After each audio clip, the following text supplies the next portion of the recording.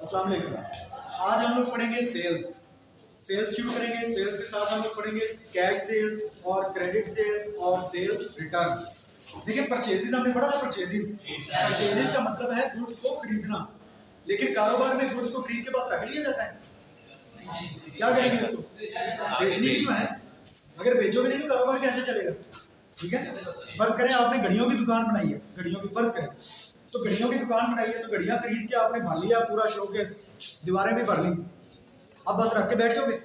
यार उनको बेचना तो पड़ेगा।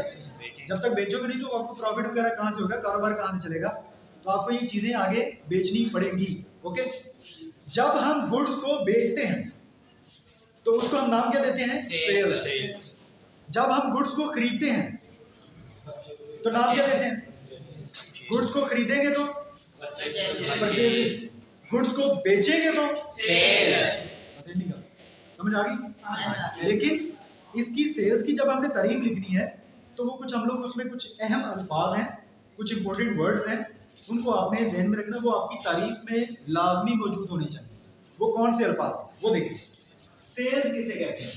सेल्स को उर्दू में कहते हैं फरोख्त।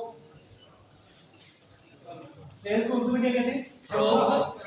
ठीक है, फरोख्त करना, बेचना। ठीक है, लेकिन यहाँ पर फरोख्त से मुराद क्या बेच रहे हैं हम लोग? गुड्स। ठीक है। अब जो लोग नए आए हैं, आप लोगों को पता नहीं होगा कि गुड्स किसे कहते हैं। ठीक है, तो गुड्स के लिए आप क्या करेंगे? पिछली जो वीडियोस हैं वो देखेंगे, उसमें मैंने डिफाइन किया हुआ है कि गुड्स किसे कहते हैं। क्लियर? वो पिछली वीडियोस देखेंगे तो आपको सारी चीजें अंडरस्टैंड हो जाएंगी। सेल्स की तारीफ करने लगे। फरोख्त किसे कहते हैं? ठीक है, फरोख्त का मतलब है when goods are sold. Sold क्या है? सेल की फॉर्म है। Sale, sold, sold. Okay. Goods are sold, goods बेची जाती हैं। किसको बेचते हैं? कस्टमर को। किसको बेचेंगे? कस्टमर को। कस्टमर को उर्दू में क्या कहते हैं? ग्राहक। ग्राहक। जब हम ग्राहक को बेचेंगे। अच्छा, सप्लायर। सप्लायर कौन होता है? जिससे हम चीजें खरीदते हैं या जो हमें चीजें बेचता है उसको हम कहते हैं सप्लायर। और जिसको हम आगे बेचते हैं चीजें, ग्राहक, वो हमारा क्या है? कस्टमर, या उसको कहते हैं ग्राहक। Okay. When goods are sold to किसको? कस्टमर। ठीक है, कस्टमर को। लेकिन जो अहम पॉइंट इसमें मैंने कहा था कि वो क्या? कस्टमर को हमने चीजें बेची at a specific price. At a specific price, ये है इसमें अहम चीज। एट स्पेसिफिक प्राइस यानी कि एक खास कीमत पे। स्पेसिफिक का मतलब होता है मखसूस, खास। प्राइस की किसे कहते हैं? कीमत। जब हम अशिया को अपने कस्टमर को बेच देते हैं एक खास कीमत पे, तो वो हमारी क्या कहलाती है? सेल्स। वो क्या बन जाएगी? हमारी सेल्स। मसलन ये आप लोगों ने वर्ड देखे होंगे, ईजी। फॉर एग्जांपल जैसे हम कहते हैं फॉर एग्जांपल। ठीक है, मिसाल के तौर पर। अच्छा, एक वैसे ईजी का मतलब होता है example ratio. Easy example ratio. ठीक है, ये और इसकी एक्सप्लेनेशन में हम जाते हैं। अच्छा जी, मिसाल के तौर पे goods sold to Ali for, या सिंपल कर देते हैं, गुड्स सोल्ड फॉर ₹5000। कितने रुपए की गुड्स बेची? गुड्स बेची, अशिया बेची और ₹5000, 5000 रुपए की। अब देखें इसमें ये चीज अगर नहीं ना होगी, अगर ये चीज नहीं होगी, ये है स्पेसिफिक प्राइस, ये है खास कीमत जिससे ये चीज बेची गई है। अगर ये नहीं ना होगी तो सेल नहीं बनेगी। ठीक है, अगर हमारे पास हमारा कोई दोस्त आता है, वो कहता है यार मुझे ये चीजें चाहिए, मुझे, हमने घड़ियों की दुकान बनाई है, मुझे यार मेरी घड़ी मुझे बहुत पसंद है, मैं ये खरीदना चाहता हूँ, आप मुझे ये बेच दें। ओके फाइन, हम उसको घड़ी उठा के बेच देते हैं। अब वो कहता है कितने की है? हम उसको कहते हैं चल कोई बात नहीं, ले जाओ, जितने मर्जी दे। अब जितने मर्जी का मतलब क्या है? जितने मर्जी का मतलब है कि आपने उसकी कोई स्पेसिफिक प्राइस नहीं लगाई, आपने उसकी कोई खास कीमत नहीं लगाई, जितने मर्जी दे दी। अब जितने मर्जी का कोई मतलब नहीं है, प्राइस तो इसमें फिक्स ही नहीं की गई। तो ये जो आप घड़ी बेच रहे हैं ये आपकी सेल हरगिज नहीं कहलाएगी, ठीक है। सेल्स के लिए क्या जरूरी है कि आप कस्टमर को चीज बेच रहे हैं लेकिन उसकी एक खास कीमत होनी चाहिए, ठीक है। अब उसको क्या जितने मर्जी दे दे, ये जितने मर्जी या जितने मर्जी, ये कोई प्राइस नहीं। ओके, क्लियर होगी बात। तो सेल्स की डेफिनेशन समझ आ गई। जब हम अशिया बेचते हैं, अच्छा गुड्स, कुछ कारोबार ऐसे होते हैं जिसमें सर्विसेज बेची जाती है, कुछ कारोबार ऐसे हैं जिसमें गुड्स अशिया नहीं बेची जाती बल्कि सर्विसेज बेची जाती है। मसलन डॉक्टर की चीजें बेचता है, वो तो खिदमतें बेचता है, अपनी सर्विसेज बेचता है। वकील क्या करता है? सर्विसेज बेचता काफिया बेचता है, नहीं, क्या करता है? सर्विसेज बेचता सर्विसेज बेचता। वकील, टीचर क्या करता है? सर्विसेज बेचता है। समझ आ रही बात। तो ये सारे लोग क्या है, सर्विसेज बेचते हैं। तो सर्विसेज भी बिकती हैं और गुड्स भी बिकती हैं। जैसे दुकानों वाले क्या बेचते हैं, जूते बेच रहा है, कोई कपड़े बेच रहा है, कोई घड़ियां बेच रहा है, कोई किराने का सामान बेच रहा है, कोई कुछ, मतलब दुकानों वाले क्या कर रहे हैं, चीजें बेच रहे हैं। चीजें भी बिकती हैं और सर्विसेज भी बिकती हैं। इसलिए जब आप ये तारीफ लिख रहे हैं ना सेल्स की, तो आपको यहाँ पर लिख लिया करें गुड्स के साथ सर्विसेज भी लिख दिया, गुड्स या सर्विसेज। व्हेन गुड्स और सर्विसेज आर सोल्ड टू किसको, customer at a specific price, it is called sales. Clear होगी बात। तो यहाँ पर ये मैंने एक मिसाल दे दी नीचे, गुड्स सोल्ड फॉर रुपीस 5000। तो यहाँ पर सेल्स कितनी हुई, सेल्स हमारी कितनी हुई, sales is equal to 5000। Sales हमारी कितनी होगी इसमें 5000। समझ आ गई बात। अच्छा ये तो हमने चीजें बेचने की तारीफ कर दी। अब अगली तारीफ सुने, वो जैसे परचेजेस पढ़ा था ना, गुड्स को खरीदना क्या कहलाता है, परचेजेस, और गुड्स को बेचना क्या बन गया, सेल। अच्छा परचेजेस क्या है, किसमें पढ़ी थी हमने, परचेजेस की टाइप्स पढ़ी थी, क्या क्या थी, cash purchases, credit purchases, purchases, return, यानी कि नकद खरीदना, उधार खरीदना और खरीदी हुई चीज वापस करना। ये तीन किस्में होती है। अब इसकी तीन बन सकती है, बन सकती है ना तीन इसकी भी। कौन कौन सी बनेगी, कैश सेल, क्रेडिट सेल। ये तो सेल्स है, सेल्स बेचना।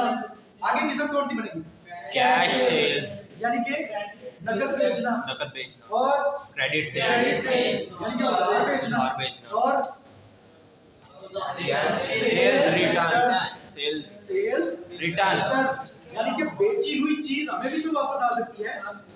अगर हम जब खरीद के लाते हैं चीज, वो टूटी हुई निकल सकती है, खराब निकल सकती है, सैंपल के बगैर, सैंपल के अकॉर्डिंग नहीं हो सकती, मसले आ सकते हैं ना उसमें, तो हम वापस कर देते हैं। तो इसी तरह जब हम चीज बेचते हैं अपने कस्टमर को, तो हम कहते हैं भी हमारी जिम्मेदारी है, हम आपको ये आपके घर तक या आपके ऑफिस तक ये हम चीज पहुंचा के आएंगे। तो जब हम पहुंचा के आए तो वहां पर जाके वो बंदा आगे से वो डब्बा खोले, बॉक्स खोले, तो बीच में से टूटी निकल सकती है ना चीजें। ये भी हो सकता है कि हम लोग गलती से कोई और चीज पैक करके उसको भेज दें, ये भी हो सकता है, या कुछ चीज कम ज्यादा हो जाए, या उसने जो हमें कही थी वो वाली चीज हमने नहीं भेजी, हम उसके जैसी कुछ और हम लोग गलती से भेज बैठे। यानी कि उसने हमसे जूता मंगवाया था 8 नंबर, हमने उसको जूता भेज दिया है 9 नंबर, तो वो तो उसको बड़ा आएगा, तो वो तो पहनेगा नहीं, वो वापस कर सकता है ना, ऐसी गलती हो सकती है। तो इसका मतलब है जैसे परचेजेस रिटर्न हो सकती है, वैसे ही सेल की हुई चीज हमारी भी हमें वापस आ सकती है। इसके लिए भी तैयार रहना चाहिए, ठीक है। ये नहीं है कि हम बेची जा रहे हैं बस, वापसी भी हो सकती है। क्लियर होगी बात। तो आगे किसमें पढ़े इसकी, तो इसकी नेक्स्ट किस्म कौन सी बनेगी, next definition, cash sales, cash sales. Urdu में क्या कहेंगे, नकद फरोख्त, नकद फरोख्त। ये थी क्या, सेल्स क्या है, फरोख्त। तो कैश सेल्स क्या है, नकद फरोख्त। अब इसकी तारीफ क्या बनेगी, बड़ी सिंपल है। अब यहाँ से सेल्स के साथ इसको जोड़ना है हमें, कैश सेल्स। क्या तारीफ बनेगी, ऊपर हमने क्या लिखा था कि जब गुड्स या सर्विसेज कस्टमर को बेची जाती हैं एक खास प्राइस पे, तो उसको हम कहते हैं सेल्स। अब कैश सेल क्या बनेगी, जब हम गुड्स या सर्विसेज अपने कस्टमर को बेचेंगे एक खास कीमत पे, और उसकी कीमत उसी वक्त अगर हम वसूल कर लेते हैं, तो वो कहलाएगी कैश सेल्स, ठीक है। वो क्या बन जाएगी, कैश सेल्स। ओके, समझ आ गई बात। तो यही तारीफ है इसकी। जब हम अपने ग्राहक को, ध्यान से समझो, आप लोग नए आए, पहला दिन है, समझ आ रही बात, ये तो हम रूटीन की बात है, समझ आ रही है बेटा। तो यहाँ पर क्या हो रहा है, नकद सेल हम किसे कहेंगे, नकद फरोख्त किसे कहेंगे, जब हम गुड्स या सर्विसेज अपने ग्राहक को बेचेंगे एक खास कीमत पे और क्या उसकी कीमत वसूल कर लेंगे। तो इसका मतलब है कि वो जो सेल हुई है, चीजें फरोख्त हुई है, वो कौन सी फरोख्त हुई है, कैश सेल या कैश सेल। क्लियर होगी बात क्या? उर्दू में देखिए यहाँ पर उसका ट्रांसलेशन करें। अच्छा कैश सेल क्या होगी, व्हेन गुड्स और सर्विसेज आर सोल्ड, बेची जाती है किसको, sold to customer at specific price, ठीक है, एक खास कीमत पे, एंड और क्या हुआ, and the value of goods या सर्विसेज, उन गुड्स या सर्विसेज की जो कीमत की वैल्यू थी, रिसीव्ड वसूल कर, रिसीव का मतलब क्या होता है, वसूल कर, हासिल कर, वसूल कर ली एट दी सेम टाइम, उसी वक्त पैसे लेते हैं, उसी वक्त उसकी कीमत वसूल कर, उसी वक्त उसकी जो वैल्यू थी वो हमें वसूल कर सकता है। इसका मतलब है कि जो हमने सेल की है चीज वो कौन सी सेल बन गई, कैश सेल, उर्दू में क्या कहेंगे, नकद फरोख्त, ठीक है। अच्छा ट्रांसलेशन इसके बाद में करें, ट्रांसलेशन बाद में, ठीक है, पर दिमाग का साइन। अच्छा जी नेक्स्ट, क्रेडिट अगली किस्म कौन सी होगी, क्रेडिट ये समझ आ गई, सेल क्या ऐसे समझ आ गई, अगली किस्म पढ़े, अगली किस्म क्या है, credit sale sales, credit sales, sale Urdu में कहते हैं इसे उधार फरोख्त, उधार फरोख्त। अब इसके नाम से आपको पता चल गया, अब क्या होगा, फिर उसी तरह शुरू से पढ़ेंगे, जब गुड्स या सर्विसेज कस्टमर को एक खास कीमत पे बेचेंगे, लेकिन क्या होगा, लेकिन उसकी वैल्यू उसी वक्त वसूल नहीं, बल्कि मुस्तकबिल में करने का, आने वाले दिनों में किसी तारीख पे वसूल करने का एतमाम हो गया या वादा कर लिया गया कस्टमर की तरफ से। तो इसका मतलब है कि जो हम चीज बेच रहे हैं, जो हम सेल्स कर रहे हैं, वो फिर कौन सी सेल्स बन गई, सेल्स, उधार फरोख्त, क्योंकि उसके पैसे उसी वक्त हमें वसूल नहीं। क्लियर होगी बात। अब इसको हम लिखते हैं, कैसे लिखें, क्या बेचा हमने, गुड्स या सर्विसेज, व्हेन गुड्स और सर्विसेज आर सोल्ड, किसको, कस्टमर को, to a customer at a specific price, खास कीमत में बेची, बट लेकिन हुआ क्या, बट लेकिन वैल्यू ऑफ गुड्स या सर्विसेज, गुड्स और सर्विसेज इज नॉट रिसीव, इधर तो हमने क्या किया था, रिसीव करने की, लेकिन इधर क्या हो रहा है, not receive at the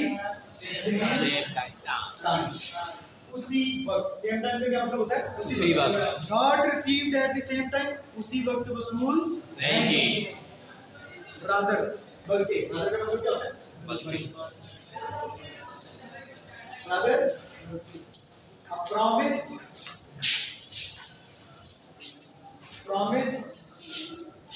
is made to make the payment,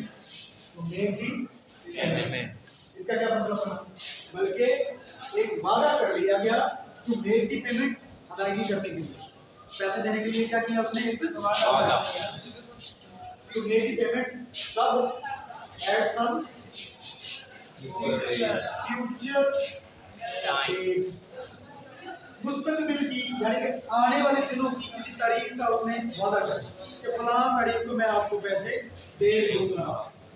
तो ये क्या कहलाएगा आपका, credit sales, it is called credit sales. इसको हम कहते हैं उधार फरोख्त। तर्जुमा दोबारा कर लें इसका। उधार फरोख्त का मतलब है व्हेन गुड्स और services are sold to customer, जब गुड्स या सर्विसेज किसी कस्टमर को, किसी ग्राहक को बेची जाती हैं एट स्पेसिफिक प्राइस, एक खास कीमत पे बेच दी, लेकिन value of the goods is not received at the same time, लेकिन जो उनकी गुड्स की वैल्यू थी, जो सर्विसेज की वैल्यू थी, वो उसी वक्त वसूल नहीं की, रादर बल्कि a promise is made to make the payment, बल्कि वादा किया गया कस्टमर की जानिब से कि यार को अदायगी कर दी जाएगी, कब? एट सम फ्यूचर डेट, आने वाली मुस्तकबिल की किसी तारीख का एक वादा कर लिया कि मैं 25 जनवरी को आपको पैसे दे दूंगा, ठीक है? तो वो हमारी क्या कहलाएगी? क्रेडिट सेल, कि जो हमने चीजें बेची हैं वो क्या है? उधार फरोख्त ली है। ये वही बात समझ आ गई सबको? कॉन्सेप्ट समझ आ गया? एक आखिरी चीज रह गई, कौन सी? Sales return. 1 2 3 और चौथी है जी सेल्स रिटर्न। फरोख्त की वापसी, फरोख्त की वापसी। अब इसका क्या मतलब है? फरोख्त का मतलब जब हम चीजें बेच देते हैं, वापसी मतलब अगर वो वापस आ जाए तो उसको हम क्या कहेंगे? फरोख्त की वापसी। अब फिर इसका वही उसी तरह हम लोग इसको जोड़ेंगे, जैसे ही हम लोग सारी इंटरकनेक्ट कर रहे हैं सारी डेफिनेशन। इसमें क्या होगा कि हमने चीजें बेची कस्टमर को एट ए स्पेसिफिक प्राइस, लेकिन वो चीजें किसी वजह से कस्टमर ने हमें वापस कर दी। अब वो वजूहात भी लिखी, वजूहात वही हैं जो हमने परचेजेज रिटर्न में लिखी। क्या क्या वजूहात हो सकते हैं? नंबर 1, जो चीजें हमने बेची हैं वो रास्ते में टूट गई थी, हो गई। नंबर 2, वो हमारे उसने जो हमें सैंपल दिया था उसके मुताबिक नहीं भेजी, ठीक है? या नंबर 3, वो हमने स्टैंडर्ड से बिलो बेच दी, बिलो स्टैंडर्ड बेच दी, यानी कि गैर मेयारी चीजें बेच दी, ठीक है? तो वो चीजें फिर ये वजूहात है। अगर कोई वजह नहीं है तो चीजें वापस आएंगी? बगैर वजह की चीजें वापस नहीं आएंगी। क्लियर बात है? तो अगर वजूहात आपने वही लिखनी है 4 जो आपको आने परचेजेज रिटर्न में लिखवा दी है, ठीक है? अब इसकी डेफिनेशन करें, ठीक है? इसकी क्या डेफिनेशन बनेगी? क्या बनेगी? क्या बनेगी? अब तो आपको बोलना चाहिए साथ साथ। वही पहले वही सेल, पहले क्या करेंगे? सेल, फिर उसको बनाएंगे रिटर्न, ठीक है? जैसे हमने पहले सेल्स बनाई, ये डेफिनेशन किस चीज की? ये सेल्स। फिर हमने अगली बात शुरू की और उसको हमने उधार बनाया। यहाँ पर हमने क्या किया? कैश सेल्स में हमने पहले क्या लिखा? सेल्स। ये इतनी डेफिनेशन जो है ये किसकी है? सेल्स।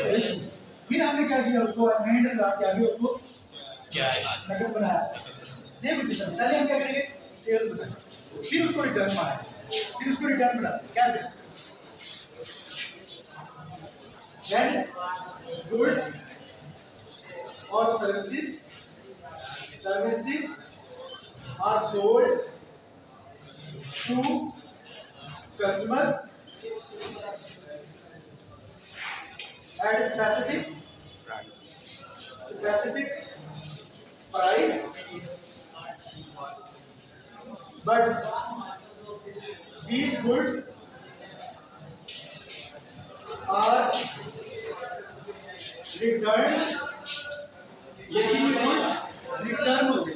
रिटर्न का मतलब these goods are returned by customer, वो ग्राहक ने हमें वो चीजें वापस कर दी due to any reason, किसी वजह से, बगैर वजह की चीजें हम वापस नहीं लेते, ठीक है? due to any reason, reason क्या है? not according to sample, जो उसने हमें सैंपल दिया था उस जैसी हमने नहीं भेजी। और वजह क्या होगी? not according to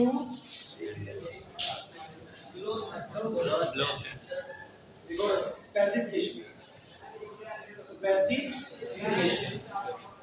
उसकी स्पेसिफिकेशन जो थी उसके मुताबिक नहीं, जो उसने हमें चीजें की थी, ये चमड़ा इस तरह होना चाहिए, कलर इस तरह वो नहीं। अच्छा, तीसरी रीजन क्या हो सकती है? एक, दो, तीसरी रीजन क्या हो सकती है?